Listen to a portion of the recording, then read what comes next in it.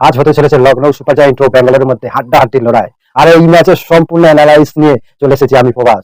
ভিডিওটা শুরুর আগে একটা কথা বলে রাখি, আগের দিনের যে ভিডিও অ্যানালাইজ করেছিলাম তার হচ্ছে 40% মিলেনি প্রেডিকশন, তার জন্য আমি ক্ষমা প্রার্থী। চলুন আজকের ভিডিওটা শুরু করা যাক। প্রথমেই আসা যাক ব্যাঙ্গালোরের কথায়। আজ বিরাট কোহলি খুব ভালো রান করবে।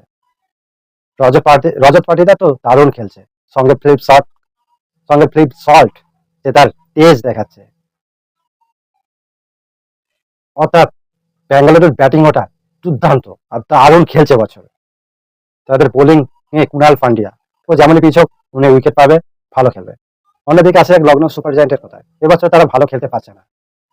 ঋষভ পান্থ এবছরে চলছে না, কম মিচেল মার্স তাদের উপর নির্ভর। তবে আজকে পুরান ভালো রান করতে পারে, সামি উইকেট নিতে পারে। এবার আসা যাক প্রেডিকশনের কথা। পিচ এবং প্লেয়ারদের বর্তমান ফর্ম নিয়ে বলাই যায় আজ ব্যাঙ্গালুরু ম্যাচটা জিতে যেতে পারে। 70% চান্স আছে, কারণ আজ যে স্টেডিয়ামে খেলা হবে সেখানে রানের বন্যা বইবে। এটা হচ্ছে সম্পূর্ণ ব্যাটিং ফ্রেন্ডলি পিচ।